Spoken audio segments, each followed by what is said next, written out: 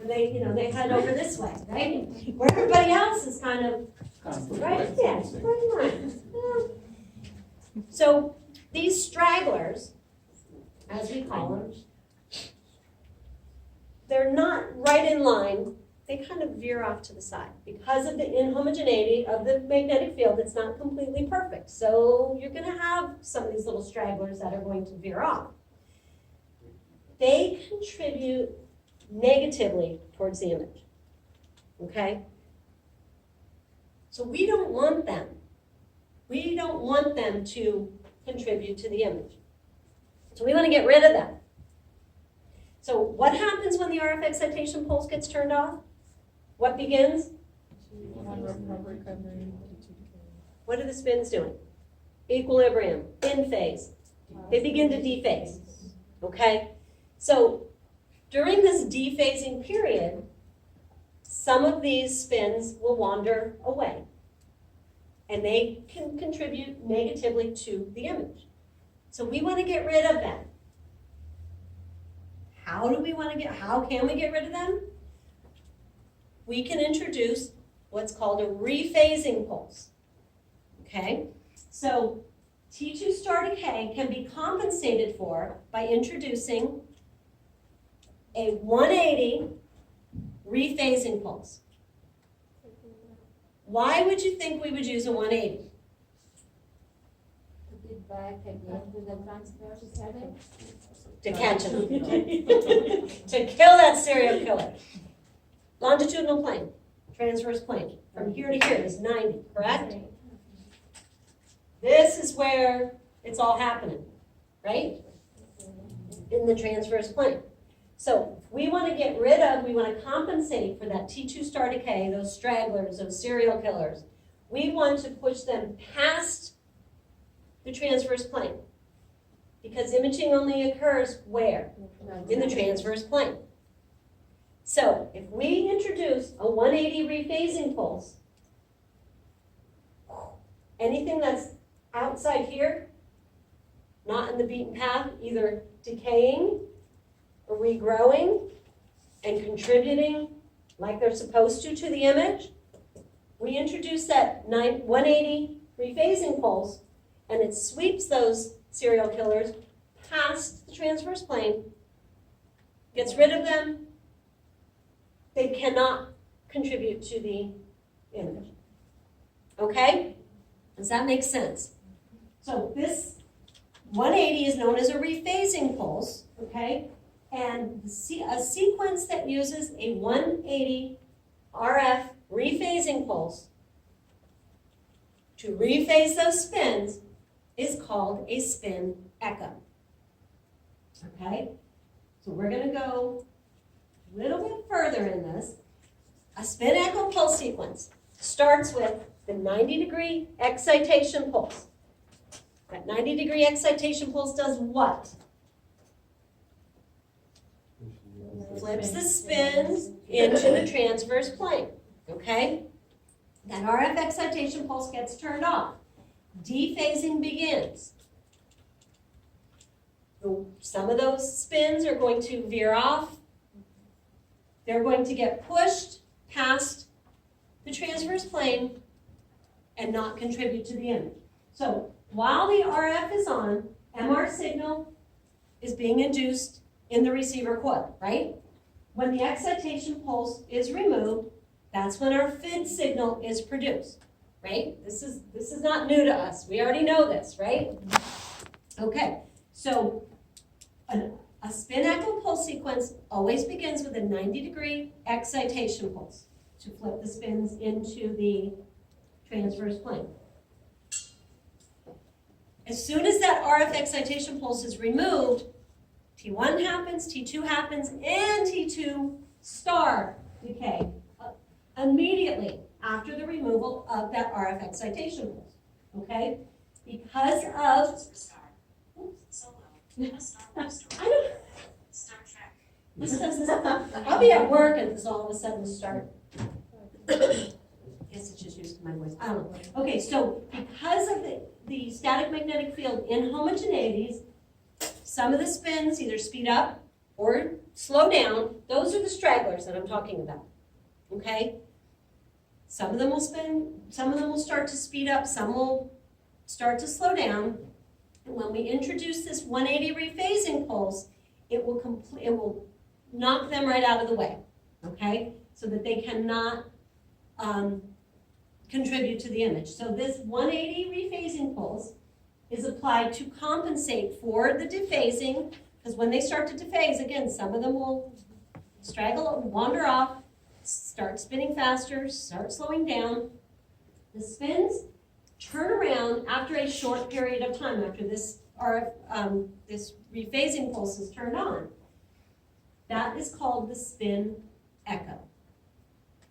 Okay, so a spin echo, the definition of a spin echo pulse sequence is, anybody, somebody, When you use 180 RF pulse. begins with a 90-degree RF excitation pulse. Knocks the spins over into the transverse plane. It is turned off. Dephasing begins. When dephasing starts to happen, some of these spins will either speed up or slow down, and they will contribute negatively towards the image. So what we'll do is we'll turn on a 180-degree rephasing pulse to rephase those spins and just knock them out of the way. Okay, so it's going to compensate for this T2 star decay.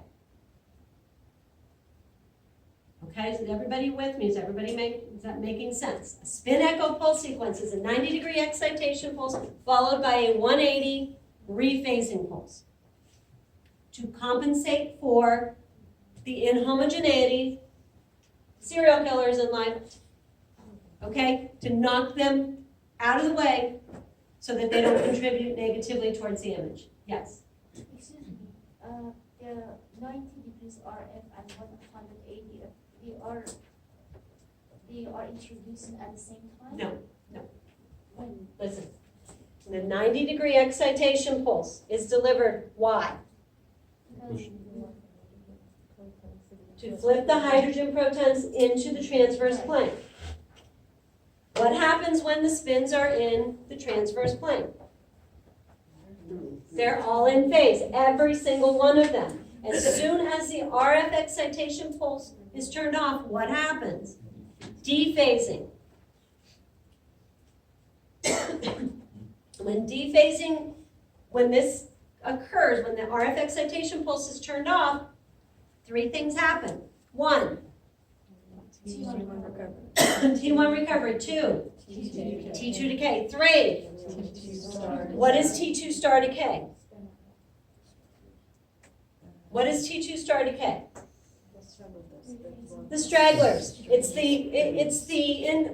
to the inhomogeneity of the magnetic field, some of the spins, once that RF excitation pulse gets turned off, some of the spins will speed up, some of them will slow down. So we need to compensate for those by using a 180, a 180 rephasing pulse gets turned on to push those past the transverse plane out of the way, compensates for that dephasing so that they can't contribute towards the image. So 90 degree followed by a 180. They'll never be on at the same time. It doesn't happen. The 90 degree is an excitation pulse. The 180 is a rephasing pulse.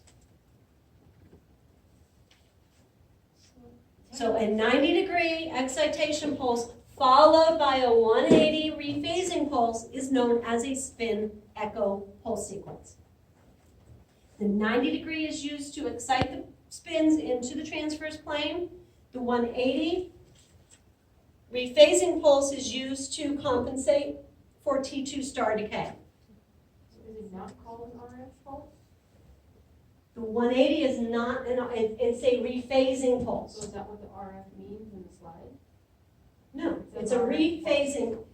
or? Yeah, it's rated- I mean, it's a radio frequency pulse, yes, but it's not an excitation pulse, it's a rephasing pulse. Okay, it's still, yes, it's still RF, but it's not excitation.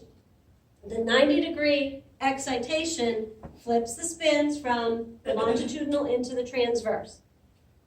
Okay, that gets turned off, 3 things happen: T1 recovery, T2 decay, T2 star decay.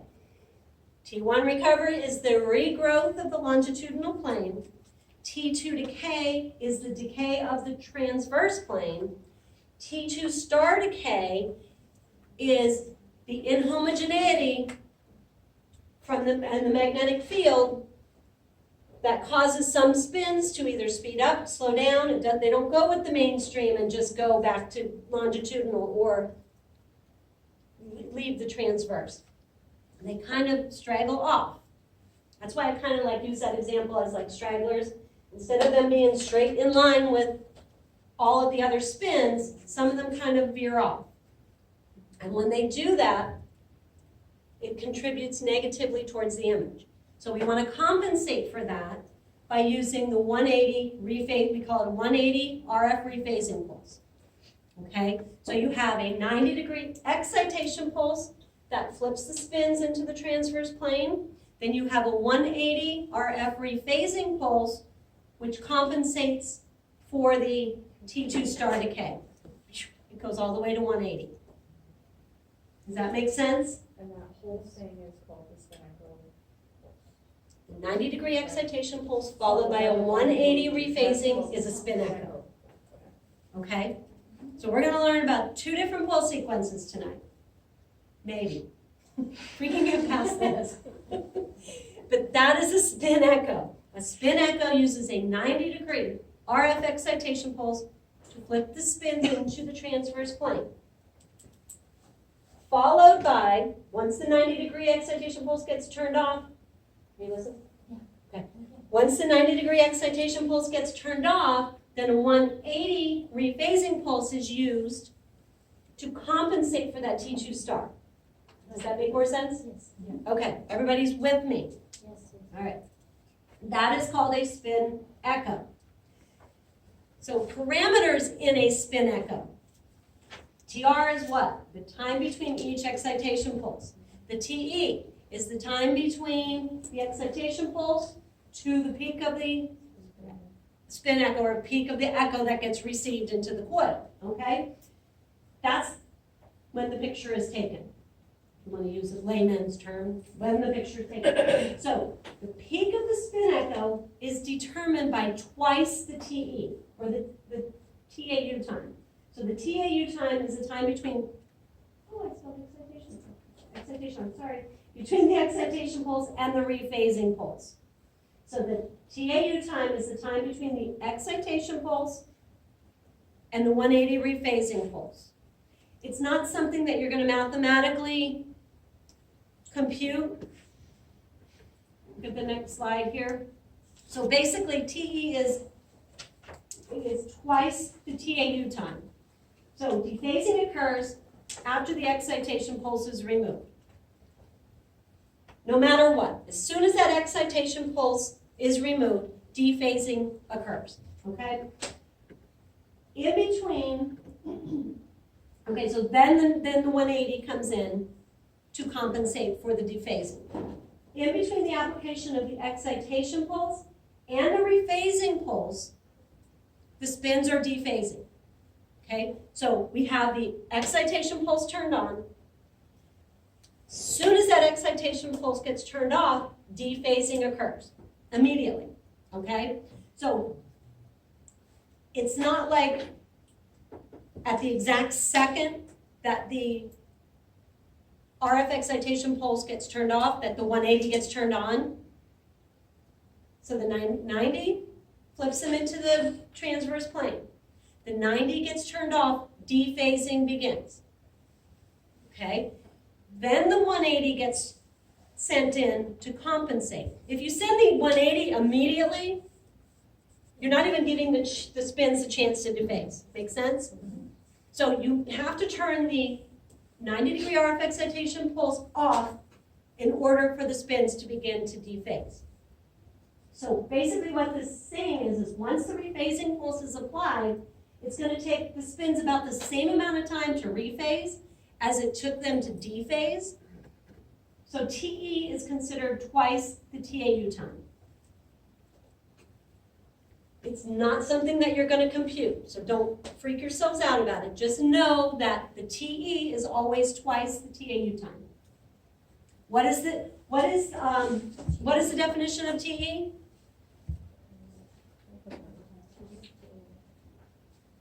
What does it mean? 90. The time between, Relation to the echo peak. from the time the RF excitation pulse gets turned on to the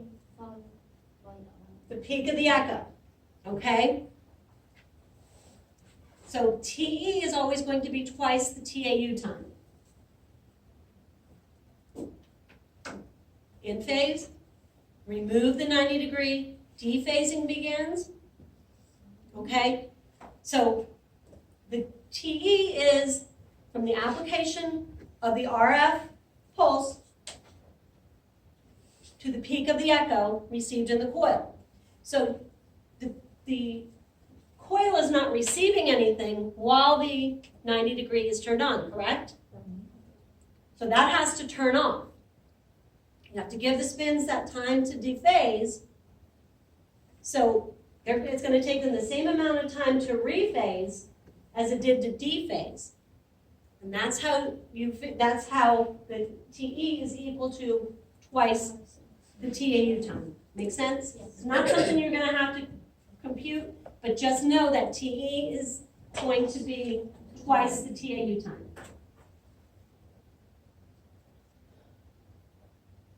Crickets? Everybody's with me?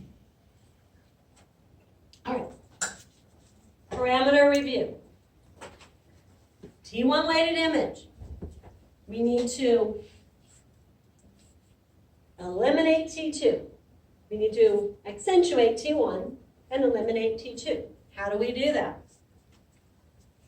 Using a short TR and a short TE for T1. TR controls T1, okay? So when you have a short TR, you have very high T1 weighting. A long TR, you're going to eliminate T1 and you're going to be going into proton density contrast, okay? So TE controls the amount of T2 weighting.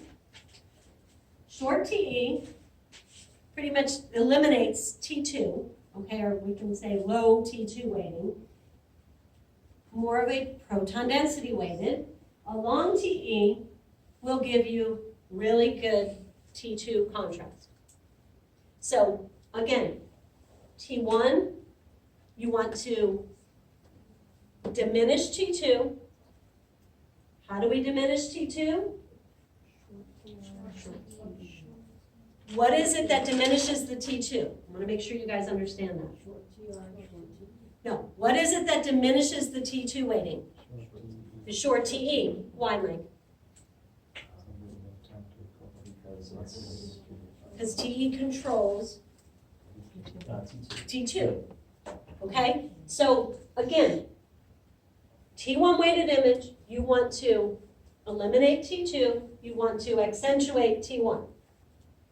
TR controls T1, so we want to use a short TR to highlight or accentuate the T1 weighting, contrast, T1 contrast, image contrast. We want to eliminate T2 by using a short TE because TE controls T2. So to eliminate it, we know we need a long TE for a T2 weighted image. So in order to eliminate it, we use a short TE. So T1, short TR, short TE. T2, long TR. What does that long TR do? It eliminates the T1. The long TE accentuates the T2. Okay, so we've got T1 and T2 down, right? T1, short TR, short TE. T2, long TR, long TE. No, beating a dead horse, aren't I? Are you guys dead yet? Yes, no? Did you say no? Huh? It's not dead yet, because you guys aren't dead yet. All right. So, to reiterate, T1 weighted image is going to be produced by short TR, short TE. Short TE means little T2 decay has occurred, little or none T2 contrast. Short TR prevents full longitudinal recovery in the fat and water vectors, and it gives a high T1 contrast. T1 weighted image, fat is Jamarli. Right. Good. Fat, or water is dark. I'm sorry, I remembered your name right, Jen. Okay. So T1, fat is bright, water is dark. T2 weighted image, water is bright, fat is dark. Okay, just the opposite. So, parameter ranges, 300 to 700. Some RADs will allow a bit higher. The RADs that I work with, they're really savvy on looking at your parameters and catching us if we do go a little high. So TE, you want it as short as possible, about 25 to 30 milliseconds. You don't want to go above that. If we go above that, what happens to our image? No. That's disjointed.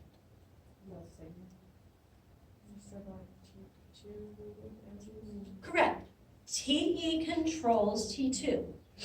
Now, with a short TR and a long TE, you're not going to get a T2 weighted image, but T2 weighting is controlled by TE.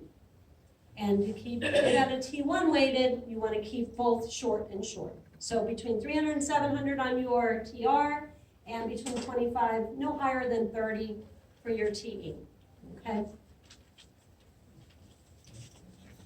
It's T2 weighting. So T2 image is going to be produced using a long TR and a long TE. Long TE allows for T2 decay in the transverse plane, gives you much higher T2 contrast. Long TR allows for longitudinal recovery to take place, and it gives little T1 contrast.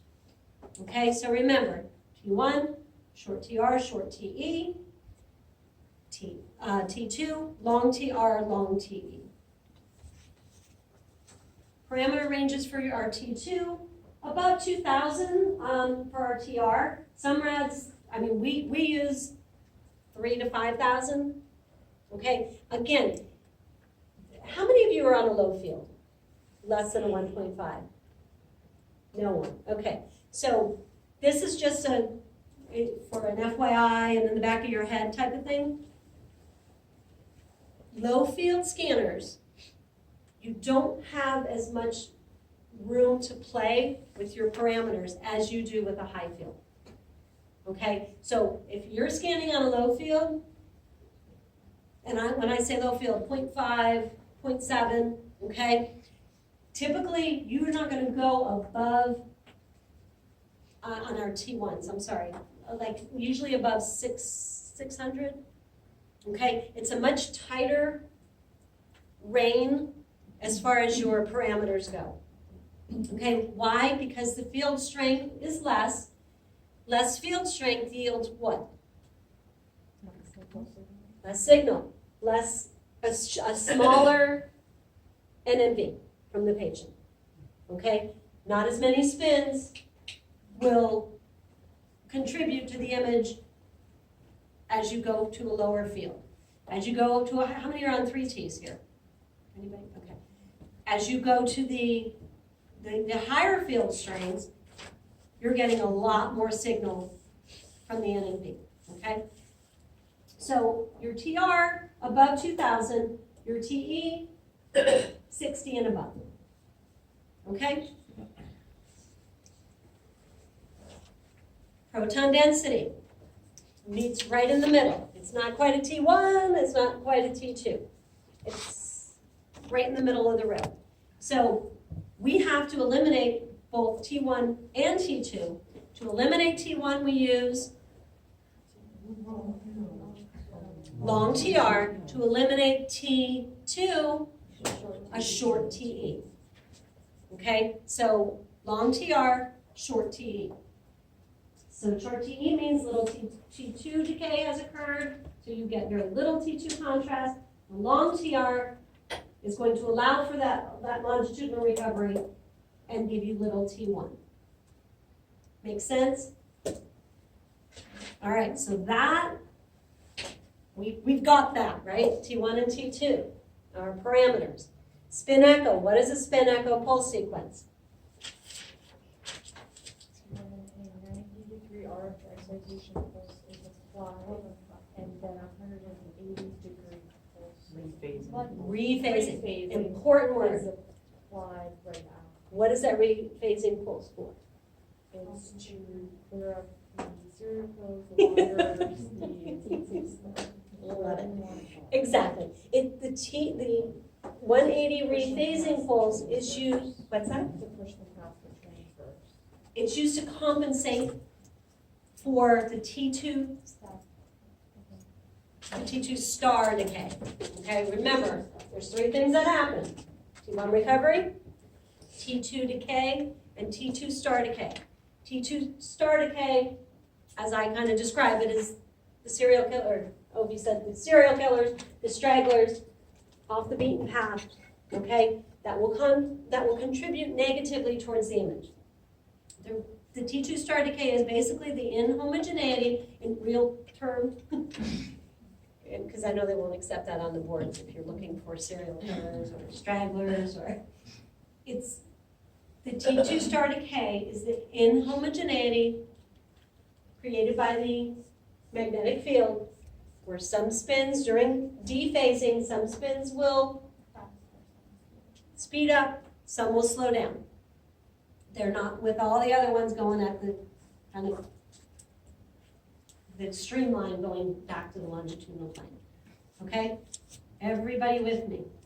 So that 180 pulse that's applied, that's not gonna affect anything recovering or decaying, it's just, The 180 is used to compensate for the T2 star decay. It does not interfere with T1 recovery or T2 decay. It compensates or eliminates the T2 star decay. The T2 star decay is an unwanted signal that we don't want. Unwanted, that makes sense. It's an unwanted signal that contributes negatively towards the image. Okay, so we have to compensate for it. Can anybody think of what would create T2 star decay, or what would cause an image to be not as pretty? Motion. Metal. What was the other thing you said? Artifact metal, anything that will. Correct. We're going to start getting into what we call magnetic susceptibility. Magnetic susceptibility, if something metal, titanium is introduced, like we've all seen them, knee replacements, shoulder, hardware, any type of hardware in the patient, what happens to those images?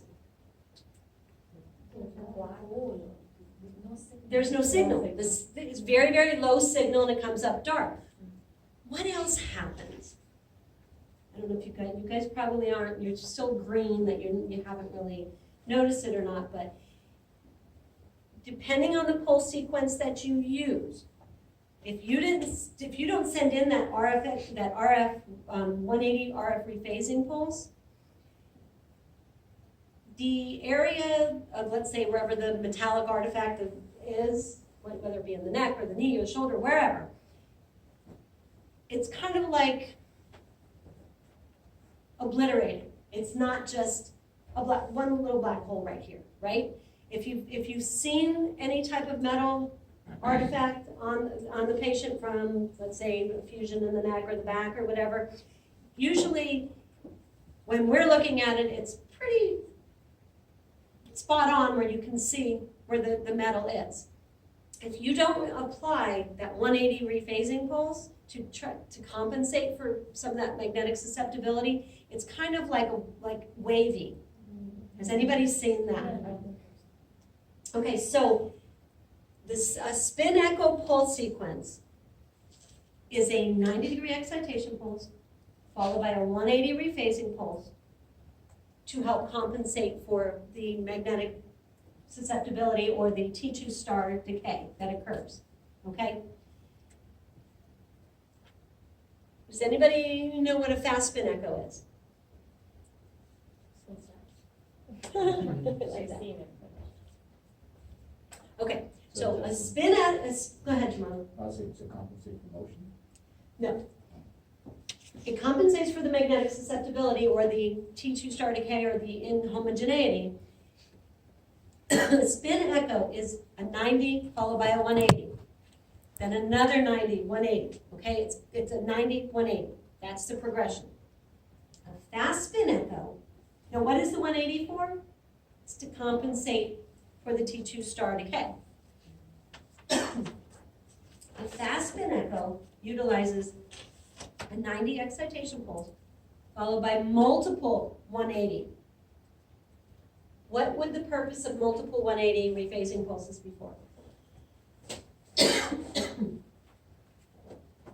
Let me put it this way. The 180 cleans up the crap.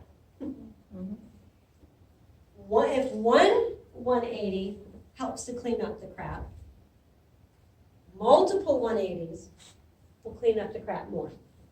That makes sense? So it's to get all I know it's not like a professional way to say it, but T2 star decay is considered crap or the negative, it contributes negatively towards the image. So we need to get rid of it.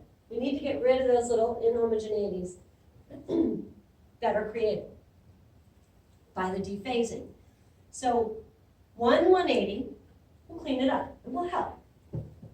Multiple 180s will really clean it up. We're going to talk more about that in later.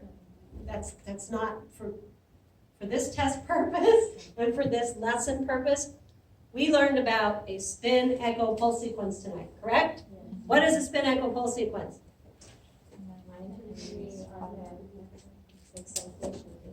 Followed by 180 rephasing pulse to compensate for T2 star decay. How are we feeling? Feeling pretty good?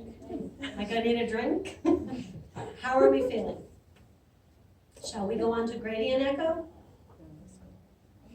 Yeah, let's go. Is that what I heard? Let's do it.